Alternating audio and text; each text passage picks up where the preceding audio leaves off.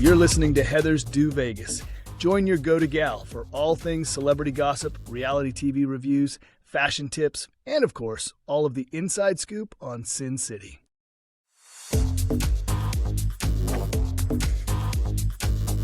Hey babes, welcome back to Heathers Deux Vegas, the podcast where pop culture meets palm trees, champagne problems, and a little chaos I like to call research. I'm your host, Heather Ashley, coming to you with hot takes, hotter gossip, and just enough Vegas energy to keep things interesting. We've got a packed show today. Politics, but make it reality TV, feuds that live rent-free in my brain, Bravo updates, what I'm watching, don't forget the Grammys, and a very important F1 arcade review that required serious wrist stamina. I kid you not, I will explain. Let's get into it. All right, babes, let's talk about the Grammys last night.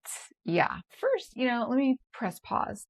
I'm back. I was gone for 2 weeks, unintentionally, had just life kind of taking some wild twists and turns, had some construction things going on, just kind of life like turned upside down for a moment. So I'm back in the saddle and I'm here for you. I'm here for you. We are here for each other. Sassy, she needed a little bit of a break, but she's good. She's more attitude than ever. So I'm ready. We're in February. I've got my Amore sweatshirt on. I'm harnessing the love vibes, all of it. I'm like your little Vegas Cupid. That's right. Okay, back to the Grammys. Now, the music was definitely loud. Fashion was louder, but y'all, this lip syncing was practically screaming into the mic. I mean, shameless. This is the most shameless lip syncing. I mean, honestly, Sassy and I could have been on stage lip syncing and we would have won a Grammy. I'm telling you. I mean, they're just giving them away. First of all, Trevor Noah as host, he does a great job always. He's so charming, such a cutie. I don't always agree with like everything these people say, but he's just such a little charming cutie. I can't get over it. And he's funny. He's funny. And I like how he picks on people. And what a tough show to be a host of. He's constantly weaving between all of the celebs, the people nominated for Grammys, and just get to stand on there on stage and read the prompter and deliver it. I mean, he really has to interact. So my hats off to him for sure. Now let's get into, the opening performance was Bruno Mars and Rosé performing Appetite. Love this song. They are so cute together. And all I could think about was how Rosé was just Gwen Stefani circa, like, when did they come out? Like 95, 94, somewhere around there. It's like that gritty, cool girl. I don't need your validation, but I'll take the Grammy energy. It was so very No Doubt era attitude with modern polish. Loved it. Bruno, as always, could perform at the opening of an envelope, and I'd still be like, yes, King, give us everything. The Lifetime Achievement Award. Cher. Talked about Cher before on this show, and we know our gal is at least 80. And she is living proof that you need to nip and tuck like along the way. Gotta do, Heather Ashley PSA here, folks. You gotta do the things like along the way. If you just wait, you do nothing, and then all of a sudden, like, bam, you go under the knife and they're just yanking things back faster than Meredith Marks and Baby Gorgeous are pulling their faces. It's too abrupt, but she has done it right. And as she likes to brag, she does. She has good genes. I mean, that helps. Absolutely helps. Quick pause. This background is from what I'm going to talk about later for my Vegas adventure. This is the DJ booth from the F1 arcade at Caesar's Palace. So I'm going to get into that later, but wanted to give you a little update on my background today. And I thought it went well with my ensemble too. It matched a little bit better. I was planning doing the HDV logo in the back, but it just wasn't jiving for me. Okay, all right, back to Cher. Let's talk about Cher's ensemble, guys. That dress, okay, if you are 80 and you have figure like Cher. That was perfect. It was just her brand for sure. But she's fully covered. But she gives you the illusion with this like sort of like lace onesie underneath, so you could see the silhouette of her legs, her waist, the whole thing. And then this kind of like leather strappy thing cut out going across. Again, she's totally covered, but it was like sexy, edgy, rock star. I mean, you would never know. I mean, gosh, I'm going to start. I need to find something like that now and just bank it for 80 years old and have something to look forward to. Yeah. Woo. Cher does it all the time. Let's talk about some more fashion. Addison Rae in that white dress. Such a cutie, that clean, simple.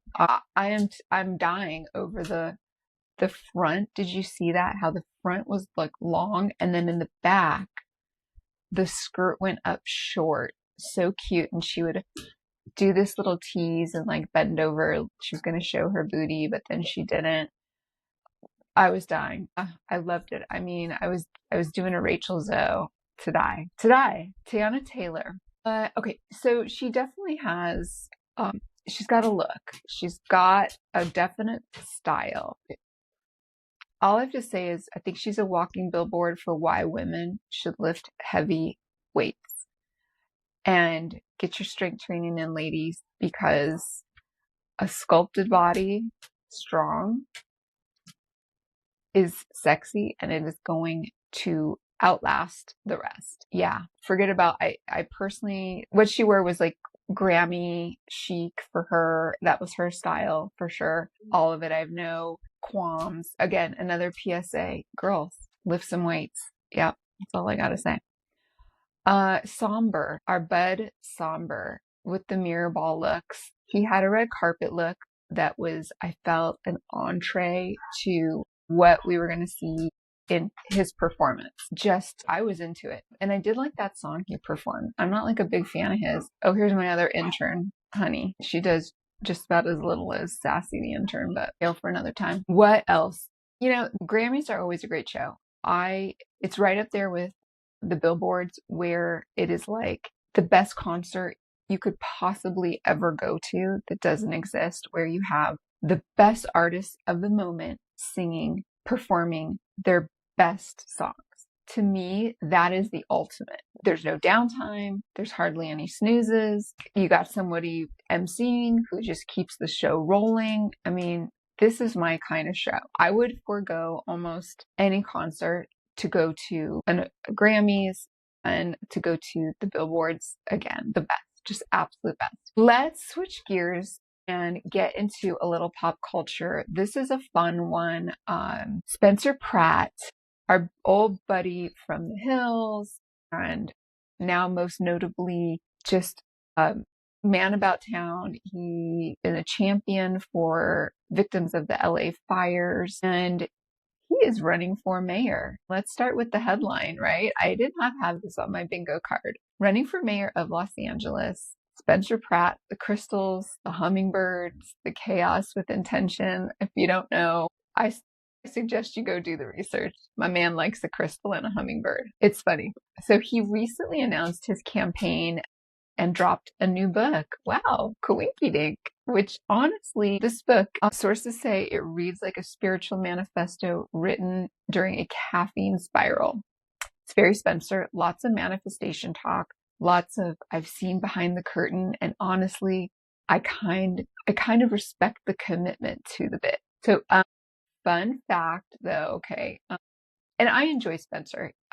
He's got some great social media channels, and I listen to him on some podcasts. He has his own podcast, I think, with his wife, Heidi. And he's really the ultimate hype man for his wife, Heidi, which I totally respect. I think they're just adorable. So yeah, so I met Spencer out in the wild. It was after seeing Heather McDonald perform live here in Vegas. And she was out with Spencer and kind of her like entourage of people that were in the show and kind of her close friends. And probably like one of her sons that helps her with her podcast and her shows and everything. And we're at the restaurant. This was at the plot. So the restaurant we were at closed. I forget the name of it, but it was this restaurant that was very obscenely loud and very, very, very dark. And then everybody starts swinging their napkins in the air and all of that nonsense, right? So it's after her show. She comes in, see her coming in with her group. And so anyway, got the chutzpah to go over and say hi, introduce ourselves. I mean, of course, she was, lovely delight, as she likes to say. I'm going to use her words. She was a delight, as you would anticipate after having the show and having told her we were at her show. I will say I was disappointed in my buddy Spencer. He was sitting down at the table, and I'm going to chalk it up to he must have been exhausted because he did do a bit and performed with her on the stage. And he just sat, was not interested in chatting with us. I came over and said hello, and I just was like, hey, I'm kind of a fan and just enjoy hearing you on podcasts and your general take on politics and life. And he was not amused, not having it, not interested. I'm not a fangirl, and I don't ask for autographs or anything. So it didn't even occur to me. But honestly, if that was something on my agenda, I would have been terrified to ask, because he just was like not interested in chatting at all, which when you hear these guys on podcasts and different things, they're always like, oh, we love it. We love people coming up to us. Oh, we can't wait. We're dying to get recognized all the time. Well, buddy, here I was. And he was like a grumpy old man. So, back to him running for mayor. Look, would I trust him with LA traffic? Would I trust him to hold a press conference that goes viral within minutes? Absolutely. All right. I'd vote for him. I would. Thankfully, I do not live in LA anymore. Okay. This is a great place for a break. We will be right back. Don't go away, babes. I have so much more for you. I'll be right back. And we're back, babes. Thanks for hanging in there with me, because it's getting good. This is juicy. The Beckham family feud, yes, continues to simmer. This isn't new news, but it is good for the taking. And we're going to be seeing a lot more of this. I mean, unless Victoria gets a handle on this situation. The minute you're off TV, I don't care what, good, bad, or ugly, indifferent. The minute you are off that screen, the dollars go down. People start to forget. So keep it coming.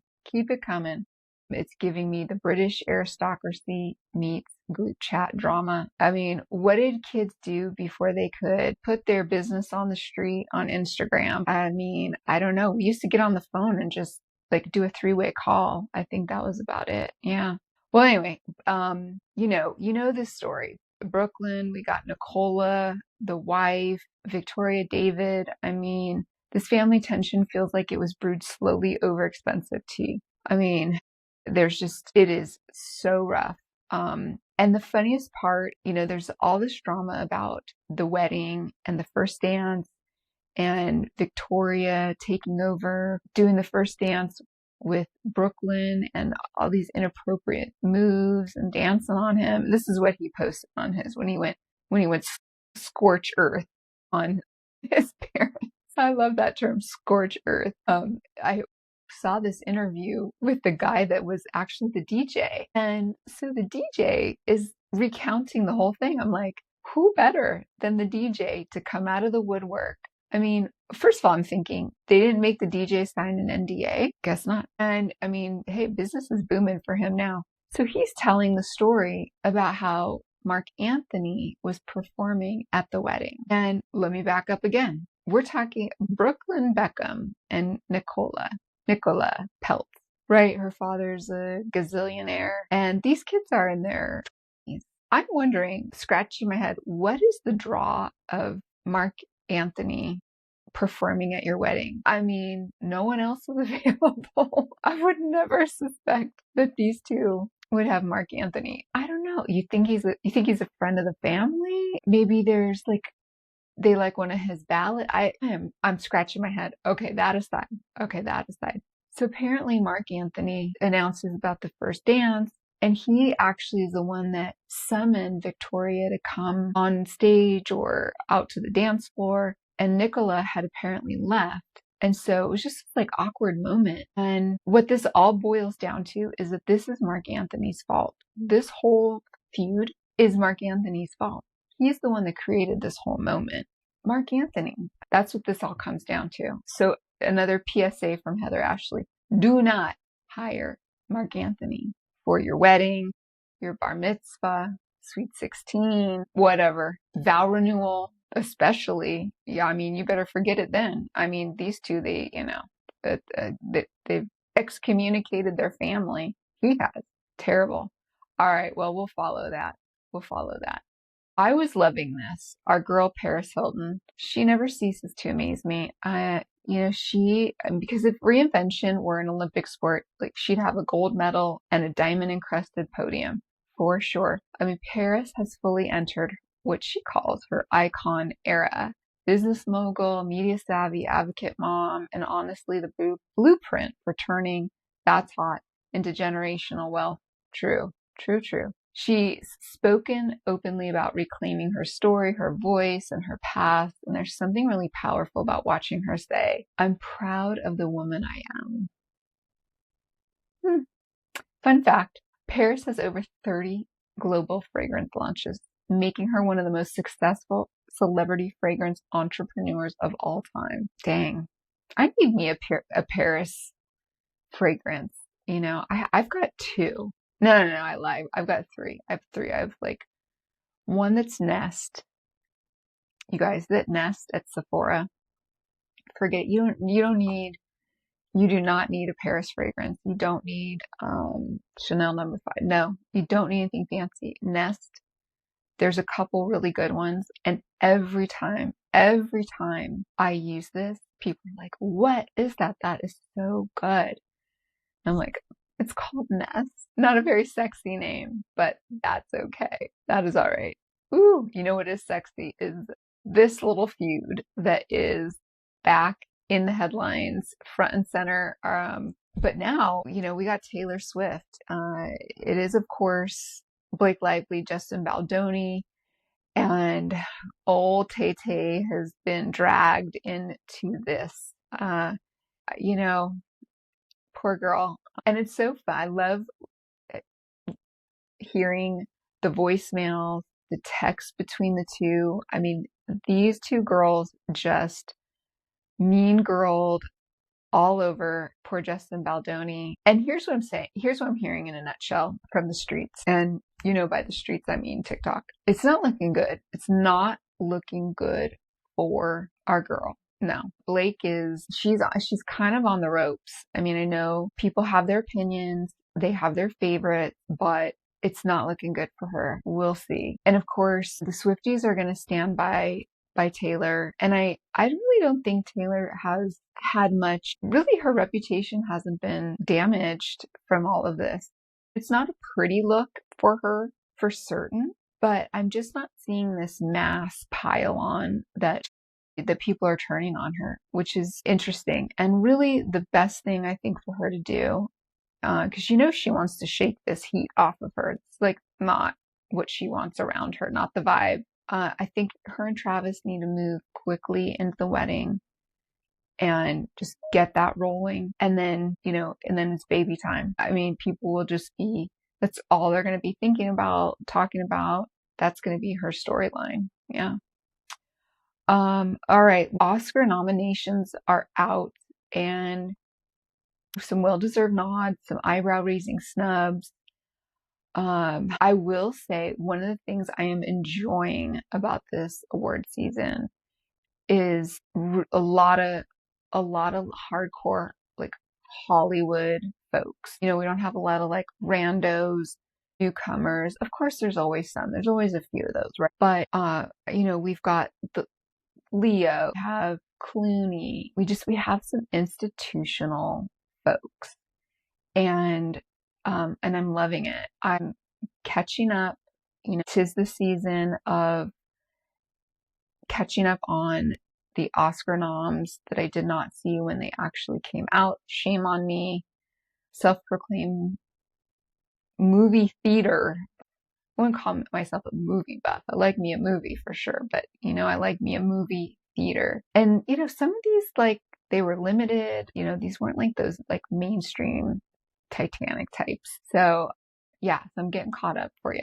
I'm getting caught up. Something to look forward to. Alex Earle is reportedly getting a Netflix reality show focused on her blended family. And honestly, I think this makes perfect sense. I mean, she's built a massive following by being unfiltered, relatable, weirdly comforting, and the show is expected to dive into family dynamics, fame, growing up in the influencer spotlight, and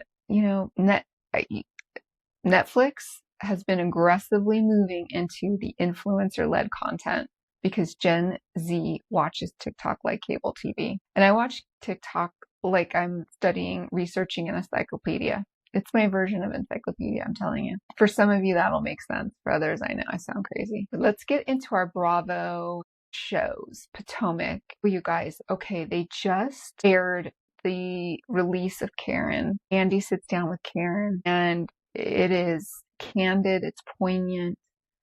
I started watching it, and it's a lot. It's hard to watch. Let me rewind a little on Potomac in general. Now, in the words of our beloved Tom Sandoval of OG Vanderpump, over the years, I have dipped in and I've dipped out of Potomac. This season, I dipped in with both feet, and I've stayed dipped. Yeah, I've stayed dipped in. This has been a really good season. It was a little heavy at the beginning in getting to know all of the ladies because there's so many of them. I feel like there's more on this franchise than others. Like there's at least seven of them. And yeah, but I feel like I'm finally pretty dialed in with everybody. And I mean, just, the stars, Stacey, amazing. I just can't get enough of her. And I know we got a lot coming up with Wendy. And Wendy's been around a while, but I loved her this season so far. Something about her this season, she's likable and funny and really interesting. So I've been loving it. And this past episode where they did the Colorado trip and everything, it is hilarious. They end up at that gas station, and I'm telling you, I've never been so interested in a group of women hanging out at a gas station than I was watching this show. Pure entertainment. Let's move into Beverly Hills. It is delivering. I can't help. I don't like beating up the new girl. I'm always rooting for the underdog. Always. It's the American way. But I can't help but pile on to this Amanda bash. She's kind of wacky, she's the manifest mama. And I'm almost tempted to read her book. I don't know if anyone out there, if anybody has had any insight on her book or books, not sure. We did know she wrote them. That's clear. She wrote her book. Yeah. And yeah, I love to hear what you all think on her, because she is just I don't know. It's just too much for me. Southern Charm, quickly. I know I'm just glazing, not grazing. Sorry, that's not true. I'm glazing over these shows, guys. I'm getting back in the swing. I'm sorry. No, I had a little time off, and I'm just getting warmed up, guys. Southern Charm. I smell a reboot coming. I do. I feel after this season, they're going to do us like they did Vanderpump, because how much more can we take of Craig and Austin and Shep? They can cycle in more young new girls. They get younger and younger, and it just gets stupider and weirder, and it's dumb. It's lame. And then we're wheeling out Miss Pat. And then we got Madison kind of becoming the mother hen of the group. And I don't know. I don't know. I mean, I enjoy them in a way because they're like, an old buddy you've been hanging out with for a while, so you know what to expect. But yowzers, that's all I gotta say. Thankfully, the new season of Bridgerton has come out. I like me a time period piece in particular. This time period, which, I'm not a historian, but this is like where are we at here? Probably like late 1800s. Okay. Just ignore me sometime. Costumes. I mean, just all of it. The string quartet, cover of a pop song. I need the soundtrack. Do they have a soundtrack for Bridgerton? I need that. That is what I need. I'm loving it. So good. I will tell you, it's hard for me to get through these episodes because English accents actually they help me fall asleep. Yeah, I'll just give it to you straight. They actually help me fall asleep. And as somebody that it's difficult for me to fall asleep. I'm a late sleeper, the whole thing. It probably takes me a week to get through one episode, but I love the show nonetheless. All right, let's get into the fun stuff. All right, this past weekend, took a little visit to our Caesar's Palace Forum Shops, a classic, and they have a newer tenant in there called the F1 Arcade. Now, this opened back months ago before F1 was here in November, and this is located on the third level of the Forum Shop. So yes, you got to take all of the fun escalators to the top, and it's worth it. It is worth it. It's a huge space. So don't expect to go and it is crowded and there's a bunch of people there because it is so massive. They do have what they call buyouts, and they will have companies that purchase one of the rooms or section for their employees or clients. Companies are having conferences or conventions in town. Makes sense. Totally makes sense. But yeah, you just, stroll in. Great vibes. They have a huge, huge bar in the back. It's really all beautifully done. What you do is you go to the hostess stand. You can purchase actual, the game. So you're going to do like a race car simulator and go to the socials. I will be posting a little video of yours truly in the driver's seat doing my very first F1 simulation. And it was a lot of fun. So you purchase the amount of races you want. It's like you can do 3 or 5 races, and they'll take you over. They get you set up, get your seat all adjusted, tell you how all the buttons work. And there's 2 screens and they're curved, which is very cool. Now your chair actually vibrates and like shakes and moves to go along with the terrain that you're on in the car. So for someone like me who often drives off the road and I don't take the turn correctly and I go skidding off into the dirt and the grass, yeah, your simulator seat starts shaking and then it has all the noises like, right? The whole thing. And you're just like holding onto the steering wheel for dear life. And it was super fun. I mean, I was laughing at myself so hard most of the time. It was a ton of fun. I even got turned around at one point and I was driving backward on the track. Yeah. And then I was like, oh shoot, okay, turn around.